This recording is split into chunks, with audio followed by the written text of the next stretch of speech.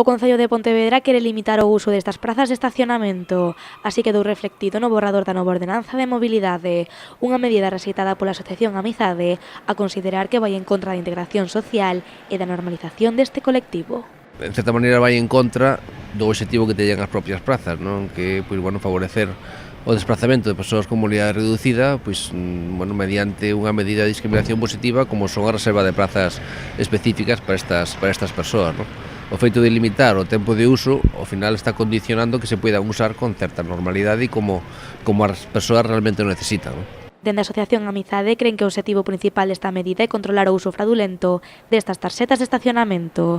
Sen embargo, o colectivo pontevedrés defende que a mellor opción é a intensificación e o incremento das sancións. Non só facer un maior control, senón que quede claro que cando alguén usa unha praza reservada de maneira fraudulenta, cando alguén usa coa tarxeta dun familiar que non vai usar esa praza nese momento que está usando esa tarxeta, pois que a sanción sea tan contundente como para que non se lle ocurra volver a facelo. Entón, desa maneira, mellor, se as sancións son 200 euros e pagas rápido e pagas 100, pois haberá algún que mellor non lle preocupen esos 100 euros e lo vuelva a hacer. E o que se trata de que, ao mellor, aproveitando esta nova ordenanza, pois que as sancións se incrementen de tal maneira que a ninguén lle queden ganas de volver a facelo, non?